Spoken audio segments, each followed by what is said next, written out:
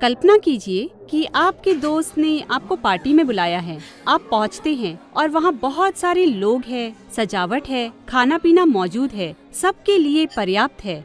जब आपका मेजबान इतना उदार है तो आपको किसी बात की चिंता करने की जरूरत नहीं है। आप स्वयं आनंद ले सकते हैं और अपने चारों ओर के लोगों पर केंद्रित रह सकते हैं।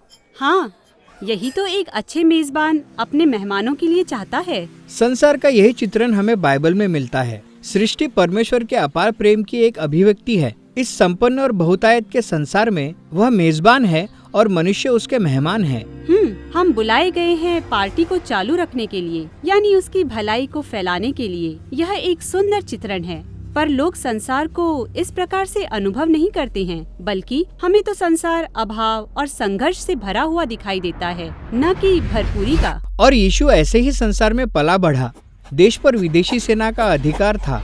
लोगों ने कर्ज और गरीबी के कारण अपनी जमीनें और परिवार खो दिए थे, और फिर भी वह ऐसी बात करता था। पक्षियों को देखो, वे अपने लिए भोजन नहीं बटोरते हैं, फिर भी उनके पास पर्याप्त है। या जंगली सोसनों को देखो, वे सुंदर और भरपूरी से है, और वे अपने अस्तित्व को लेकर तनावग्रस्त नहीं रहते। तुम सबको भी ऐसे ही जीना चाहिए। पर यीशु निश्चित रूप से जानता था कि हमेशा सब कुछ ठीक नहीं रहता। मेरा मतलब है, कभी कभी वास्तव में पूरा भी नहीं पड़ता है। यीशु ने स्वयं गरीबी का अनुभव किया था, पर वह संसार को इब्रानी पवित्र शास्त्रों के दृष्टिकोण से देखता था, जिनका दावा था कि हमारे अभाव की समस्या संसाधनों की कमी के कारण नहीं है, पर समस्या हमारी सोच की है, जिसके अनुसार परमेश्वर पर भरोसा नहीं किया जा सकता। हो सकता है कि परमेश्वर ने हमसे कुछ रोक रखा हो, शायद पर्याप्त ना हो, और संभव है कि मामलों को मुझे अपने हाथ में लेना पड़े। एक बार जब हम इस अभाव की सोच के कारण धोखा खा जाते हैं, तो मैं और अपने को सबसे पहले रखने की इच्छा उचित लगने लगती है। यह ईर्ष्या, क्रोध, हिंसा तक पहुंचाती है और एक ऐसे संसार में ले जाती है जहां हमेशा अभाव ही दिखाई देता है।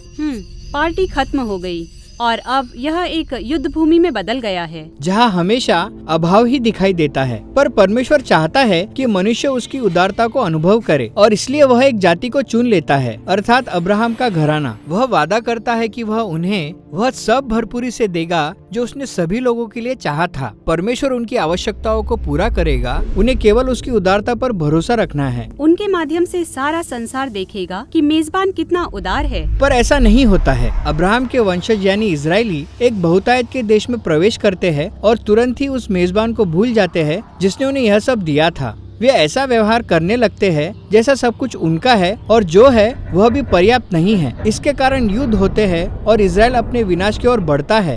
यदि मैं इस पार्टी की मेजबान होती तो शायद मैं हार मान लेती। परंतु परमेश्वर हार नहीं मानता, पर वह जो करता है वह आश्चर्यजनक है। वह एक दूसरा उपहार देता है। एक और उपहार? हाँ, पर यह उपहार कुछ भिन्न है। परमेश्वर अब अपने आप को दे देता है। ओह अच्छा, यीशु में होकर अब मेजबान स्वयं इस बिगड़ी हुई पार्टी में शामिल होने के लिए आता है। और ध्यान दीजिए, यीशु इस विश्वास को जी रहा है कि सब कुछ पर्याप्त है और हमारे उदार मेजबान पर भरोसा रखा जा सकता है। अपनी बहुतायत की सोच के कारण ही वह त्याग और उदारता का जीवन जी सका, अपने शत्रुओं के साथ भी। और यीशु ने अपने चेलों से कहा कि वे भी उसके समान परमेश्वर की उदारता पर भरोसा रखें। इसलिए वह ऐसी बातें कहा करता था, अपनी संपत्ति बेचकर कंगालों को दान कर दो, या अपने जीवन की चिंता मत करो। वह हमें एक बिल्कुल भिन्न प्रकार की कहानी जीने के लिए आमंत्रित करता है। ऐसी कहानी जो परमेश्वर की भलाई और प्रेम पर किए गए भरोसे पर आधारित हो। पर उदारता से जीने का मतलब यह नहीं है कि जीवन में सब अच्छा ही होगा।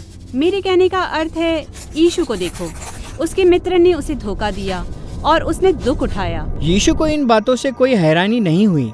वह जानता था कि लोग उसकी उदारता का फायदा उठाएंगे, बल्कि उसकी योजना यही थी। सच में? हाँ, इस पर विचार करो। यीशु जानता था कि हम सब इस झूठ से बुरी तरह छले गए हैं कि पर्याप्तता नहीं है। हाँ, उस झूठ को पराजित करने की आवश्यकता है। और यही तो यीशु ने किया जब उसने हमारे लिए अपने जीवन को दान दिया। यीशु की मृत्यु परमेश्वर के अपार प्रेम की सबसे श्रेष्ठ अभिव्यक्ति थी। हाँ, परमेश्वर का प्रेम मृत्यु को जीवन में और अभाव को भरपूरी में परिवर्तित कर सकता है। या जैसे पौलुस प्रेरित ने कहा, तुम हमारे प्रभु यीशु मसीह का अनुग्रह जानते हो कि वह धनी होकर भी तुम्हारे लिए कंगाल बन गया, ताकि उसके कंगाल हो जाने से तुम धनी हो जाओ। और यीशु ने अपने चेलों को बुलाया कि वे ऐसे जिए जैसे असली पार्टी शुरू हो गई है। हाँ, इसे उसने परमेश्वर का राज्य कहा। इस पार्टी में हमारा निमंत्रण एक और उपहार है। परमेश्वर के आत्मा की व्यक्तिगत उपस्थिति जो हमें मेजबान की उदारता पर वैसे ही भरोसा करना सिखा सकता है जैसे यीशु ने सिखाया था। हाँ, और जब आप विश्वास करते हैं कि सब कुछ पर्याप्त है, तो आपको हर जगह आपके समय, धन और ध्यान केंद्र के लिए उदारता के अवसर दिखाई देने लगते हैं। हाँ, परमेश्वर की नई सृष्टि को भरपूरी से अनुभव करने का एक सबसे महत्वपूर्ण तरीका दूसरों के साथ बांटना है, क्योंकि हमारा भरोसा है कि परमेश्वर उदार मेजबान है।